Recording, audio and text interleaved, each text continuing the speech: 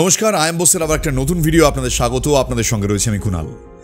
বাংলাদেশের উপর বয়ে চলেছে একের পর এক ঝড়। সরকারের উপর অনাস্থা জানিয়ে ছাত্র আন্দোলন উত্তাল করে তুলেছিল গোটা দেশকে। হাসিনার পতন, সেখান থেকে নতুন এক অন্তর্বর্তীকালীন সরকার সবেমাত্র দায়িত্ব সামলেছে। এবার বন্যার মুখোমুখি বাংলাদেশ।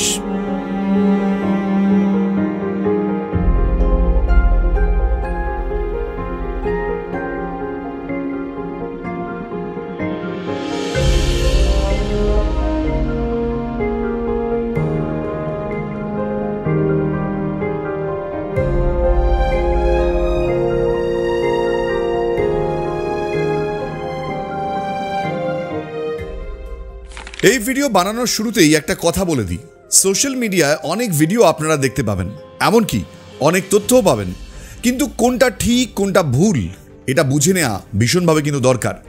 দীর্ঘদিন ধরে সাংবাদিকতার সঙ্গে যুক্ত থাকার কারণে আমি এটা নিশ্চিতভাবে বলতে পারি আপনাদের, আমি আর যাই করি না কেন ভুল তথ্য আপনাদের সামনে তুলে ধরি না। আমাকে যারা চেনেন, আমার দীর্ঘ 18 বছরের সাংবাদিকতা সম্পর্কে যারা জানেন, তারা এটুকু অন্তত জানেন যে আমি মিথ্যে তথ্য মানুষের সামনে পরিবেশন করি না। আর এই ভিডিও বাংলাদেশ এবং ভারত দু দেশের নাগরিকের কাছেই এমন এক তথ্য যা আমার মনে হয় বিভ্রান্তি দূর করতে সক্ষম হবে। প্রশ্ন, বাংলাদেশের ভয়াবহ বন্যার পেছনে কি সত্যি ভারতের হাত রয়েছে? দেখুন, বাংলাদেশ হলো নদীমাতৃক দেশ। বাংলাদেশের অবস্থান গাঙ্গেয় বদ্বীপ এলাকায় হওয়ায় এমনিতেই প্রতি বছরই বর্ষাকালে ছোট থেকে মাঝারি আকারের বন্যা এখানে হয়ে থাকে। আর এবারের বন্যা আগের বারের থেকে অনেকটাই ভয়াবহ। প্রচুর বৃষ্টিপাত এই অবস্থার জন্য দায়ী। বাংলাদেশের মুহুরী, ফেনী, গোমতীর মতন নদীর জল ফুলে ফেঁপে ওঠায় ফেনী এবং কুমিল্লা জেলায় বন্যা হয়েছে। বাংলাদেশের বন্যার বিষয়ে একটি মহল থেকে এই কথাই উঠে আসছে, এই বন্যা নাকি ভারতের জন্য হয়েছে। দেখুন, তর্কের খাতিরে অনেক কিছুই বলা যায়, কিন্তু বাস্তব নিয়ে যখন আলোচনা করব তখন আপনার জিজ্ঞাসু মনটা ঠিক ততটাই পরিষ্কার হওয়া দরকার, যেখানে আপনি নতুন তথ্য সংগ্রহ করতে পারেন। এমনিতেই ভারত বিরোধী হাওয়া বাংলাদেশের এই মুহূর্তে রাজনীতির একটা বড় অংশ, কারণ অকারণ যাই হোক না কেন এটাই বাস্তব। আর সেই হাওয়ায় নতুন সংযোজন এবার ভারতের জন্য বন্যার তত্ত্ব। ভারতের দিক থেকে বাঁধ খুলে দেওয়ার জন্যই এই বন্যা হয়েছে নাকি?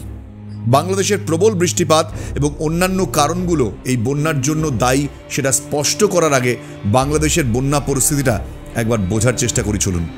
বাংলাদেশের দক্ষিণ পূর্বাঞ্চল এবং উত্তর পূর্বাঞ্চলের জেলাগুলো মারাত্মকভাবে ক্ষতিগ্রস্ত হয়েছে। ভেসে গিয়েছে 12টি জেলা। ইতিমধ্যে মৃতের সংখ্যা 20 ছাড়িয়েছে। ঘরছাড়া হয়েছেন কয়েক লক্ষ মানুষ।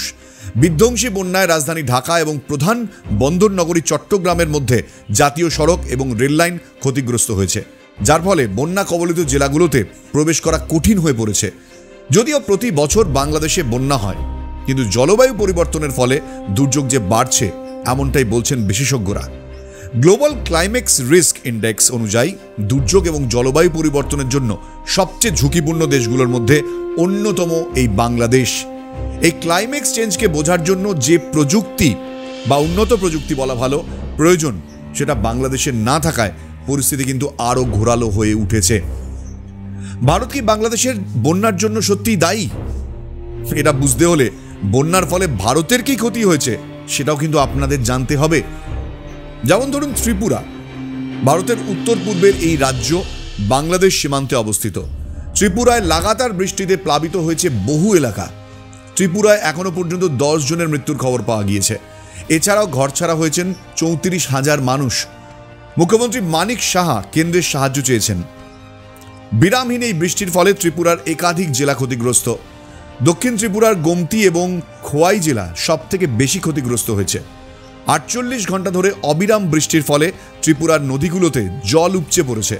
গোমতী জেলার গোমতী জলবিদ্যুৎ প্রকল্পের জলাধার ডুম্বুর বাঁধ থেকে জল ছাড়ার ফলেই বাংলাদেশের এই পরিস্থিতি, এমনটাই তো অভিযোগ। তাহলে শুনুন ত্রিপুরা সরকার কি বলছে। ত্রিপুরার বিদ্যুৎ মন্ত্রী রতনলাল নাথ তিনি দাবি করেছেন যে এই ধরনের কোনো পদক্ষেপ নেওয়া হয়নি। তার আরও বক্তব্য রয়েছে যে জলাধারের ধারণ ক্ষমতা অতিক্রম করার পরে বাঁধ থেকে অতিরিক্ত জল তা উপচে পড়েছিল।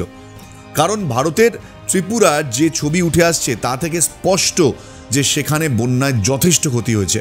আরও উদাহরণ যদি তুলে ধরি তাহলে ভারতের ত্রিপুরার এই ধলাই জেলায় গোমতী নদীর ওপরে থাকা ডুম্বুর বাঁধের ফটক খুলে দেওয়ায় বন্যা হয়েছে, এই তথ্য নিয়ে আরেকটু বিচার করলে দেখা যাবে যে বাঁধের কথা এখানে উল্লেখ করা হয়েছে তা বাংলাদেশের সীমান্ত থেকে 120 কিলোমিটার দূরে। এটির তুলনামূলক আকার, জল সংরক্ষণের ক্ষমতা, দূরত্ব এবং কৌশলগতভাবে ছেড়ে দেওয়া জলের পরিমাণ এবং অববাহিকা জুড়ে যে প্রবল বৃষ্টি তা বিবেচনা করলে বোঝা যায় যে অববাহিকা জুড়ে ঠিক কতটা বৃষ্টিপাত হয়েছে। আর সেটি বাংলাদেশের সীমানায় বন্যা পরিস্থিতিকে আরও ভয়াবহ করে তুলেছে। এখানে যেমন ধরুন, আপনাদের যদি আমি বলি যে ফেনী নদীতে কোনো বাঁধ নেই এবং বাকি কয়েকটিতে যে বাঁধগুলো রয়েছে সেগুলো বন্যায় কোনো ভূমিকা রাখেনি, কারণ বেশিরভাগ ব্যারেজের দরজাই খোলা ছিল। জলের পরিমাণ অতিরিক্ত বেড়ে যাওয়ায় তা বাঁধ উপচে পড়েছে, তাই আগে থেকে জানানো সম্ভব হয়নি। কেন সম্ভব হয়নি আগে থেকে জানানো, তাও বিস্তারিতভাবে আপনাদের জানাবো। ভারতের ব্যারেজ ব্যবস্থা যেহেতু অনেক উন্নত, তাই বাংলাদেশকে ভারতের উপর অনেকটাই নির্ভর করে থাকতে হয়। 8 থেকে 10 বছর ধরে ভারতের অনেকগুলো বন্যা পর্যবেক্ষণ স্টেশন থেকে বাংলাদেশকে তথ্য সরবরাহ করা হয় বা হয়ে আসছে বলতে পারেন। আবহাওয়া দপ্তর বাংলাদেশে উন্নত নয়, বন্যা পরিস্থিতির নিয়ন্ত্রণে এটা একটা বড় সমস্যা। এছাড়া বাংলাদেশের নদীর তীরবর্তী যে এলাকাগুলো রয়েছে, যদি একটুখানি ভালো করে লক্ষ্য করেন, প্রচুর মানুষ এমন রয়েছেন যারা বেআইনিভাবে নদীর চরে ঘরবাড়ি বানিয়েছেন। আর ভারতেও কিন্তু এই ছবি দেখা গেছে সম্প্রতি। উত্তরবঙ্গের তিস্তার যে হরপা বাঁধ হয়েছিল বা পরবর্তীকালেও যে ক্ষয়ক্ষতি হয়েছে, তার অন্যতম কারণ হচ্ছে এই বেআইনিভাবে নির্মাণ। নদীর পাড়ে একেবারে মানুষ বসবাস করতে শুরু করে দিয়েছে। এমনকি হিমাচল প্রদেশেও সেখানেও এই একই ঘটনা ঘটেছে। অর্থাৎ নদীর চলার পথে যদি কেউ ঘরবাড়ি বানায়, সেখানে ক্ষয়ক্ষতির পরিমাণ যে অনেকটাই বাড়বে সেটাই স্বাভাবিক। এবার মূল বিষয় আসি।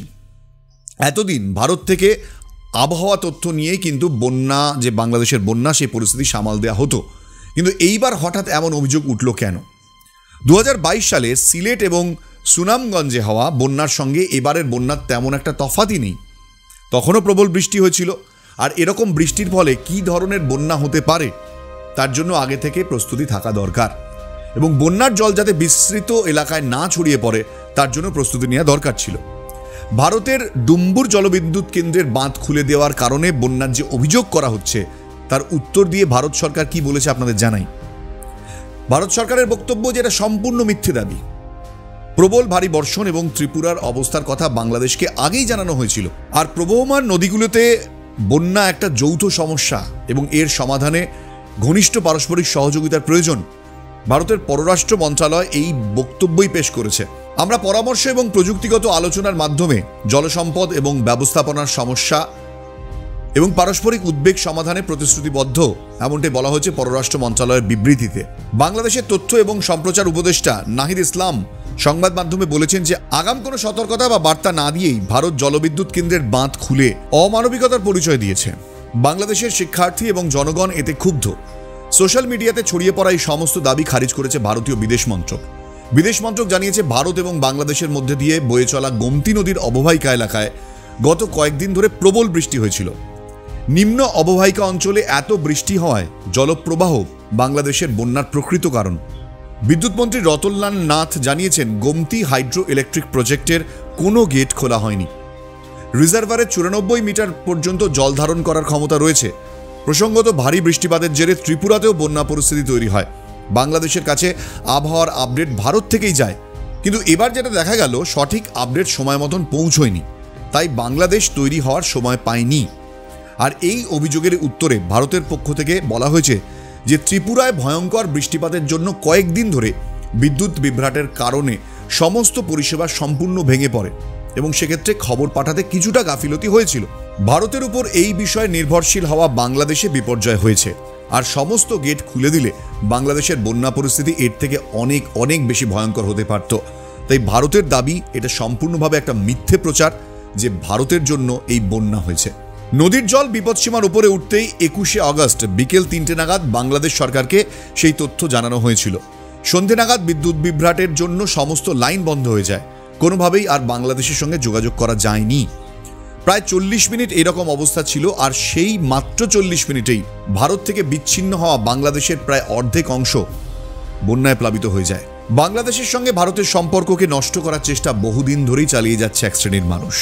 বিভিন্ন সময় এরা যেমন বাংলাদেশের মধ্যেও সক্রিয়, তেমন ভারতের মধ্যেও সমানভাবে সক্রিয়।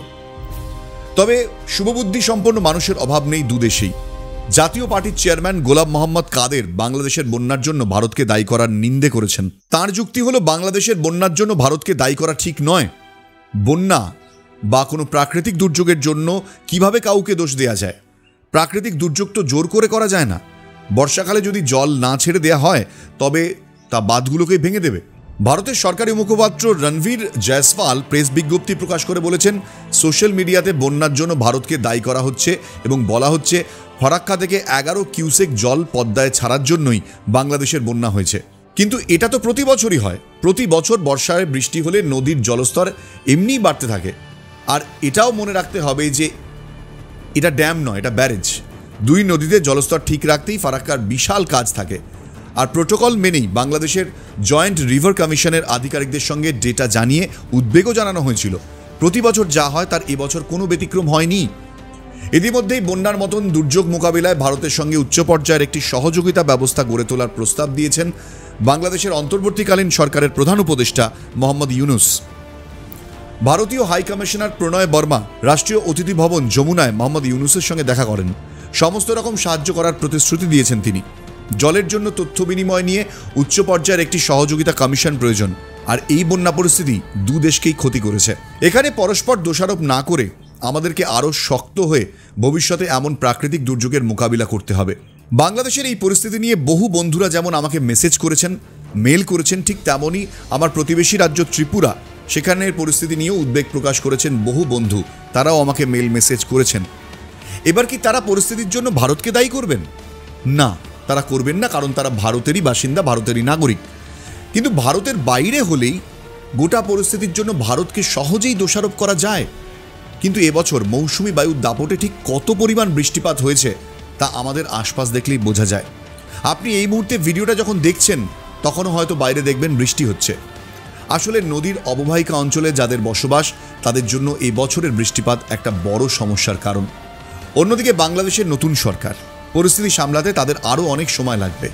কিন্তু এরই মাঝে একটা ছোট্ট সোশ্যাল মিডিয়া গুজব তা ছড়িয়ে দিতে পারলেই বিতর্ক দানা বাঁধা যায়, আর সেটা বেশি সময় লাগে না।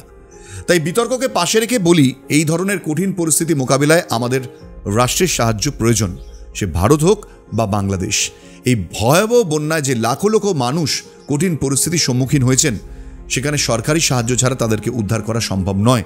এটা গোটা দেশের কাছে একটা উদ্বেগজনক পরিস্থিতি। কিছু মানুষের স্বভাব থাকেই উদ্বেগের মধ্যে গুজব ছড়ানো, কিন্তু আমাদের কাজ গুজব ছড়ানো নয়, আমাদের কাজ সঠিক তথ্য মানুষের কাছে পৌঁছে দেয়া। আর আপনি যদি মনে করেন যে সঠিক তথ্য আপনিও মানুষের কাছে পৌঁছে দিতে চান, তাহলে বলবো ভিডিওটি শেয়ার করুন আর মানুষ জানুক ঠিক কী ঘটনা ঘটছে। বাংলাদেশ আমাদের শত্রু রাষ্ট্র নয়, বরং বন্ধু রাষ্ট্র। বাংলাদেশের এই পরিস্থিতিতে ভারত সহযোগিতার হাত বাড়িয়ে দেবে আশা রাখতেই পারি। আর বাংলাদেশের সেই সকল ভাই বোনদের প্রতি অনেক শ্রদ্ধা রইল যারা গোটা বিতর্কে সঠিক অবস্থান নিয়েছেন। সেই সব মানুষ যারা বন্যায় জর্জরিত, তাদের জন্য প্রার্থনা করি খুব দ্রুত তারা যেন এই কঠিন পরিস্থিতি থেকে বেরিয়ে আসতে পারেন। যদি ভিডিওটি ভালো লাগে সাবস্ক্রাইব না করে যাবেন না। আর আমার ইনস্টাগ্রাম আইডি IAM_Kunal Bose। ভিডিওটি এখানে শেষ করছি, আবারও দেখা হবে নতুন ভিডিওতে। ভালো থাকবেন, জয় হিন্দ।